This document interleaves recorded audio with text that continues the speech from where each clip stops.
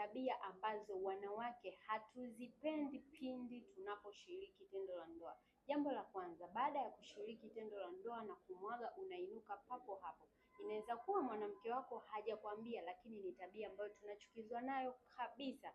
Jambo la pili, kushiriki tendo la ndoa bila maandalizi, yaani unamrukia tu hapo hapo na ukishamaliza umeondoka. Hiyo ni tabia pia ambayo wanawake hatuipendi, kwa sababu inaweza kutengeneza ukavu wa uke wa mwanamke na mwanamke kuto kupata ile ladha ya lile tendo la ndoa. Lakini jambo la mwisho, kushiriki tendo la ndoa na baada tu ya kumaliza bila kumsifia mwenza wako. Yaani ukimaliza tu kushiriki tendo la ndoa haumwambii chochote kuhusu lile tendo, hicho kitu pia tunachukizwa nacho. Wanawake tunapenda kusifiwa baada tu ya kushiriki tendo la ndoa. Ukifanya hivyo unaongeza spidi ya mwanamke kuongeza zaidi bidii au juhudi wakati wa kushiriki tendo la ndoa. Kwa hivyo kama ulikuwa haujui hichi kitu, ulikuwa unakifanya, epukana nayo ili kulinda mahusiano yako.